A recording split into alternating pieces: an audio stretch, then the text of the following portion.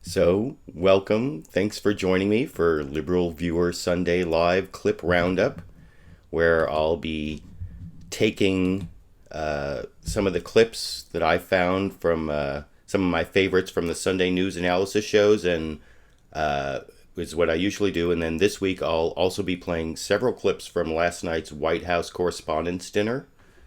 I'll be making some of my own commentary after each of the clips, and after I show all the clips, I'll also take a look at the comments you, my live viewers, are posting, and hopefully we can get a little live interactive discussion going from those. Let me check here and see, before I start running the clips, how I'm getting some viewers going. That's good. So basically I'm going to show several clips from the White House Correspondents' Dinner last night, and then a couple other clips. I'll give commentary after each, and then I'll look through the comments, and hopefully I'll find some good comments that will spark a little discussion between me and the people who are watching live. Now, I want to show several clips from last night's White House Correspondents' Dinner because I've covered several of those dinners on my YouTube channel, including in my most popular YouTube video ever covering the 2007 White House Correspondents' Dinner that's gotten over 6 million views. That's called David Letterman Makes Fun of Bush in Front of Bush. And when this video is recorded, I'll put in an annotation so that you can check out that video. It used to get a lot of views, especially because it shows a David Letterman top 10 list of Bush malapropisms and all sorts. The time he dropped his dog and all of like worst George W. Bush moments, and I guess a lot of people wanted to see that. Anyway. So I've had a long history of covering the White House Correspondents' Dinner on my channel in several videos, and I really enjoy it because you don't really get to see the president in that kind of role usually. He's basically where the president is a stand-up comedian, and then the stand-up comedians have, I've mentioned in previous episodes of my live events that I consider stand-up comedy to be some of the biggest truth tellers in as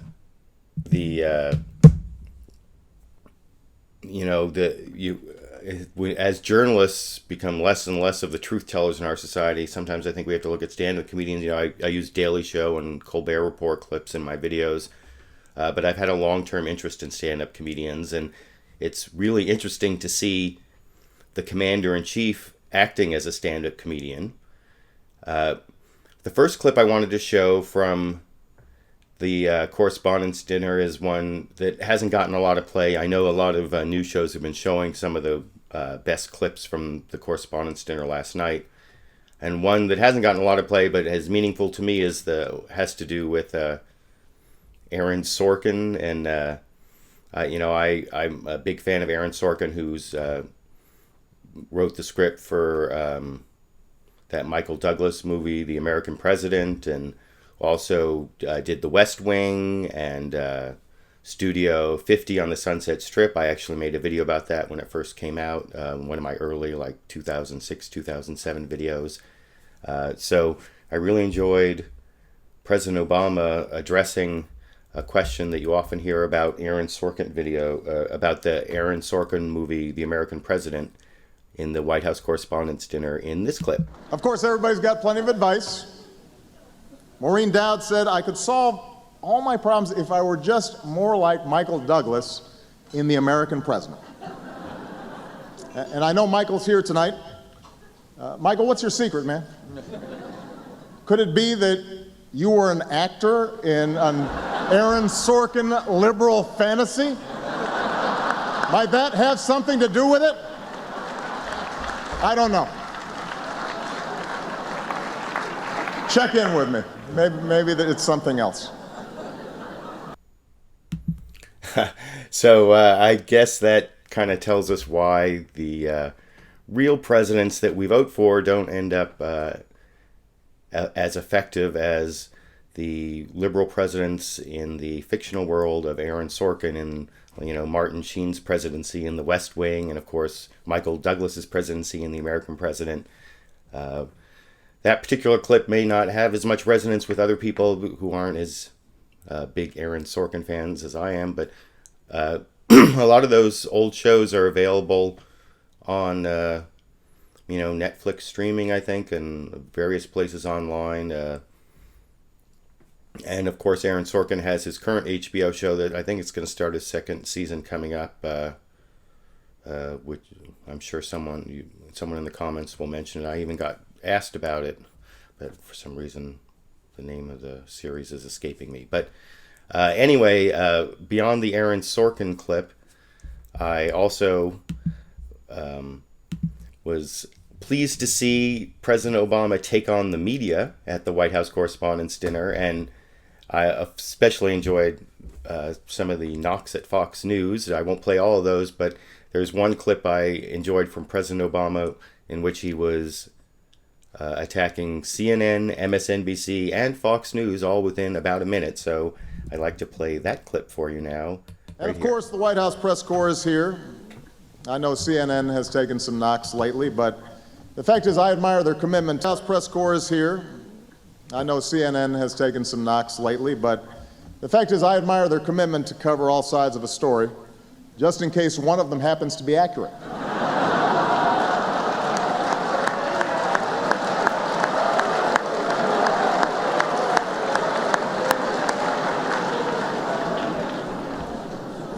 Some of my former advisors have switched over to the dark side. For example, David Axelrod now works for MSNBC, which is a nice change of pace since MSNBC used to work for David Axelrod.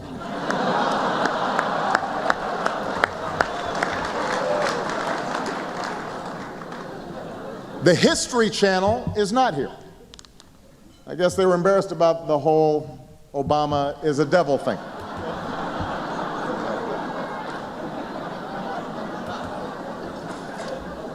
Of course, that never kept Fox News from showing up. They actually thought the comparison was not fair to Satan.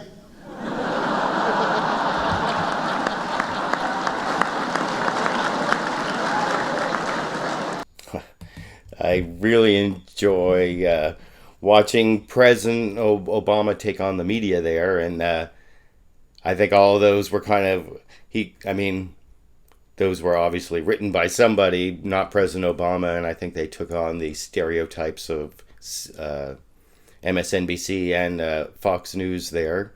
And then there was that dig at CNN because of their coverage of the Boston Marathon bombing, although I don't know why CNN gets such harsh criticism for the way they covered the Boston Marathon bombing. A couple days before they found the real suspects, AP and CNN and ABC and Fox News all reported that there was some suspect in custody, and it all turned out not to be true. So I don't know why CNN is the one that's singled out from that group.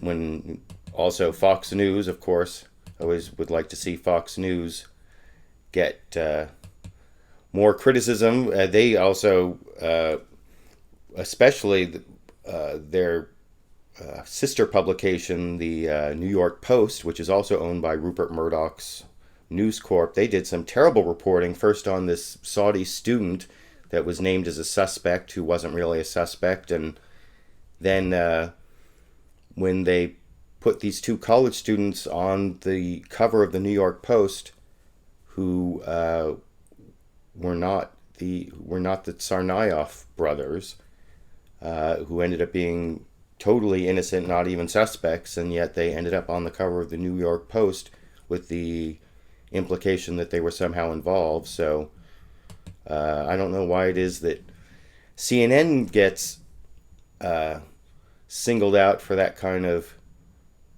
nasty type of criticism when there were a lot of other media outlets that also reported that suspect in custody story when it wasn't true. Now, I also wanted to show you some clips from Conan O'Brien, who I think did a pretty good job at the White House Correspondents' Dinner. Certainly a lot better than Rich Little did back in 2007, the first time I covered it.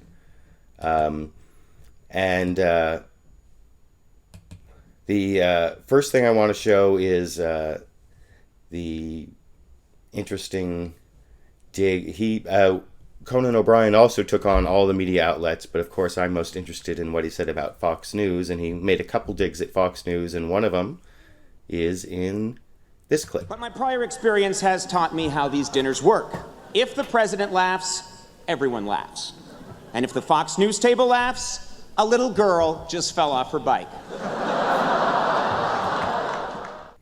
Okay, so I, of course, enjoyed that dig at Fox News, which, I don't know, that particular joke, I guess, could probably be used against about any media outlet who seem to enjoy when any sort of bad thing happens to anyone that they can televise. So I'm not sure exactly why Fox News ended up singled out for that, for sensationalizing tragedy, because I think that any media outlet is really guilty of that. But there was another interesting clip from Conan O'Brien that I haven't seen get a lot of play. I'm kind of interested in it because it has to do with the Supreme Court and constitutional law, and I was interested to see that Supreme Court Justice Antonin Scalia attended the White House Correspondents' Dinner, sitting right next to Fox News' Bill O'Reilly, as you'll see at the end of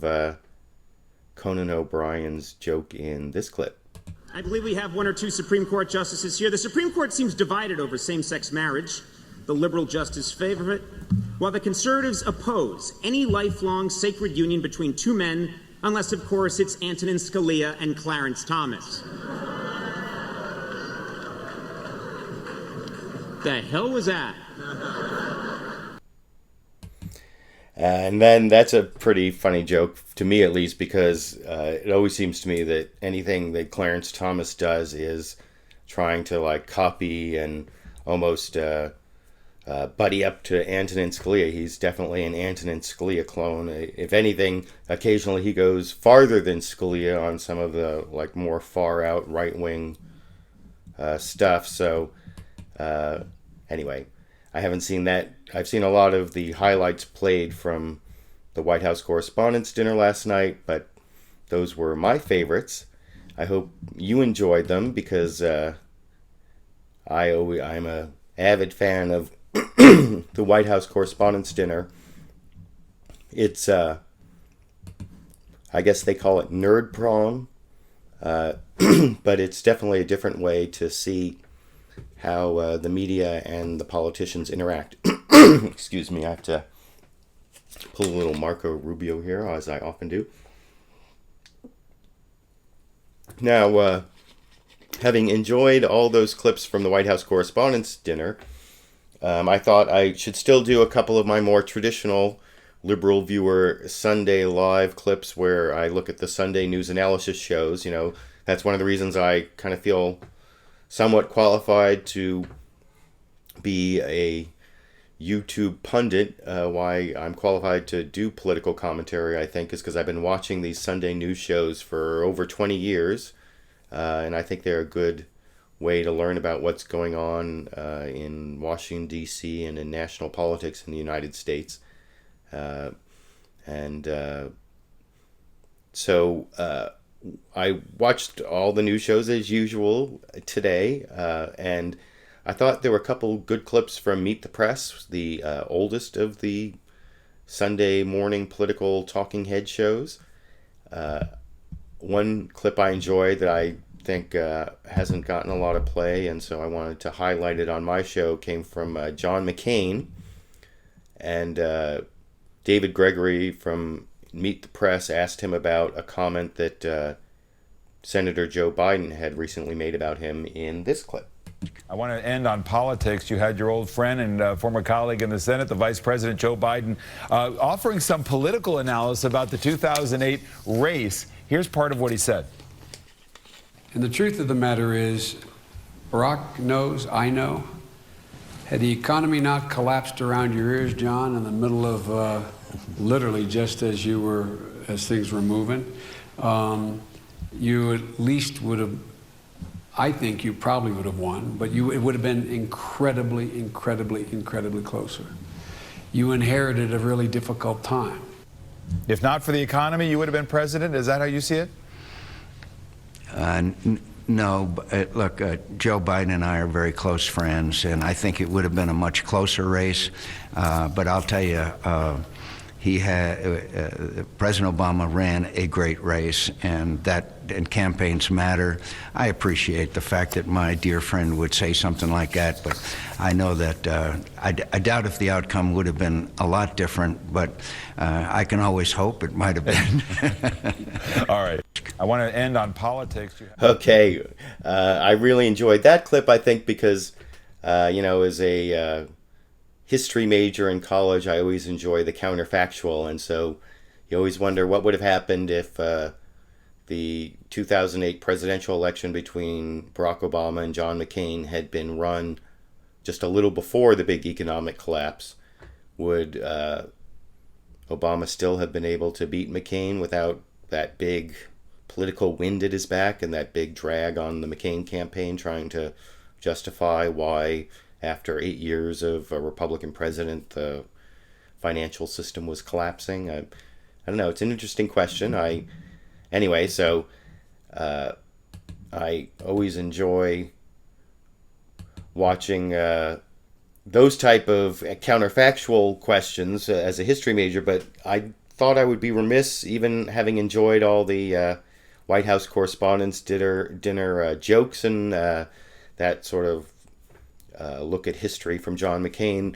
One of the big stories this week was more confirmation that Syria has used chemical weapons in the civil war there. And of course, Barack Obama previously had said there is a red line, that if Assad uses chemical weapons, that's a red line and there'll be big consequences if it happens. And of course, those consequences were never defined.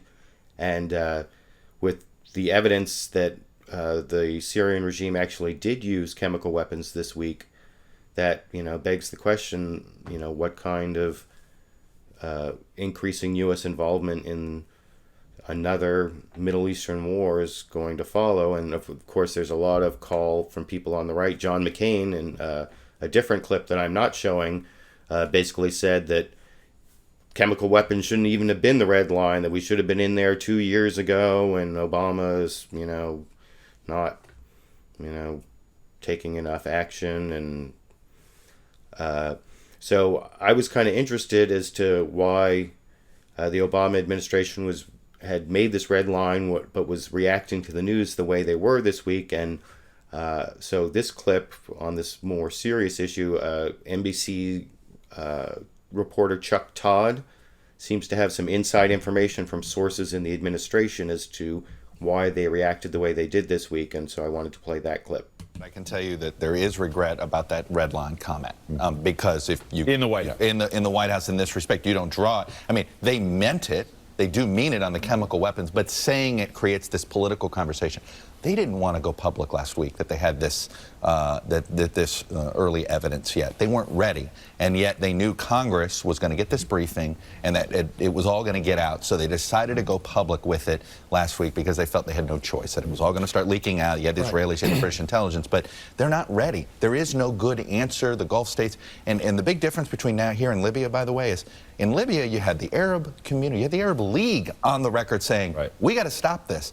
The Arab League has been quiet on this, and I think the United States would like to see that first before we jump in. So I guess what Chuck Todd was saying there is that the Obama administration is going to have some reaction to the Syrian chemical weapons. It's just that this week was too early, but that's kind of a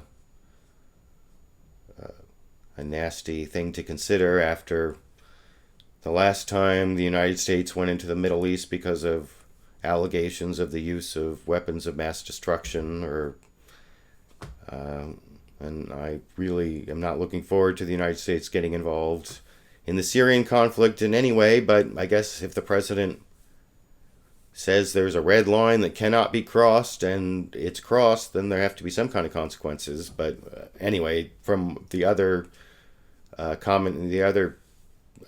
politicians and talking heads I watched on all the news shows on this Sunday, it seems that nobody is advocating what they call boots on the ground in Syria. It's just no-fly zones or arming the rebels if you can figure out which ones aren't in Al-Qaeda. And anyway, so those are the clips I wanted to show on the Liberal Viewer Sunday Live clip roundup. And I see I do have quite a few viewers here, and so I want to see what kind of questions I've got people asking while I've been talking. Let's see. Army Boy 57 asks, would you agree that President Obama has earned himself the title of comedian-in-chief? I've been watching these Correspondents' Dinner actually since well before 2007. And one thing I've noticed is that all the presidents seem to be pretty good at being stand-up comedians. It's kind of, I don't know, I'm sure they have good writers as well, but it's kind of interesting to see that they can fulfill that role so well. But I guess it's not that surprising, given that they all have to be very media savvy and look good on television, that they're able to also fulfill the role of stand-up comedian. But so yes, I guess President Obama is comedian-in-chief, but that's a role that changes hands every 4 or 8 years, and I've actually been surprised that that all the commanders in chief have been so good at being stand-up comedians. Let's see. Oh, The Newsroom. Yes, thank you, KiwiMan996. The Newsroom is the name of the Aaron Sorkin show on HBO about a fake cable news network. That's a very good show. I've enjoyed it.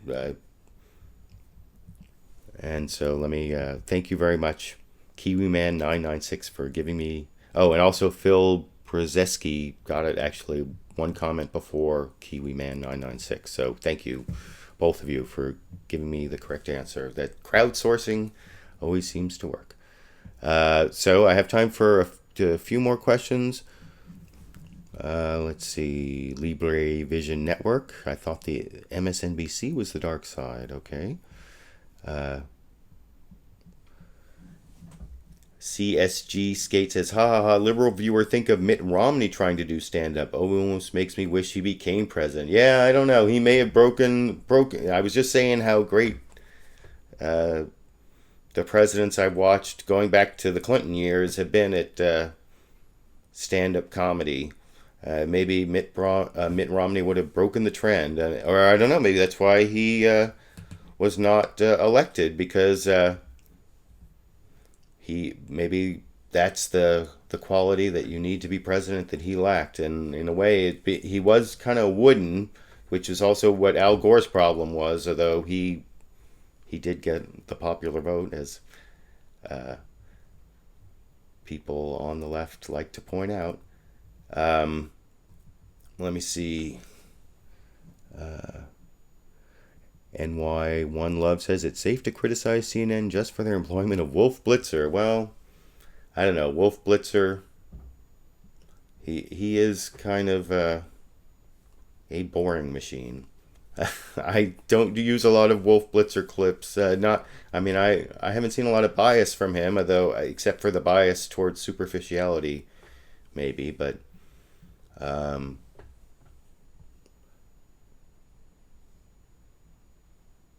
Chris Linda Hartson says the criticism towards CNN may be that they might have been the first to report the purported arrest. I'm not sure. I was flipping through. I think it was actually AP, the Associated Press, that was the first to report it. But I watched, specifically Fox News, kept saying they had their own 2 sources confirming, and they also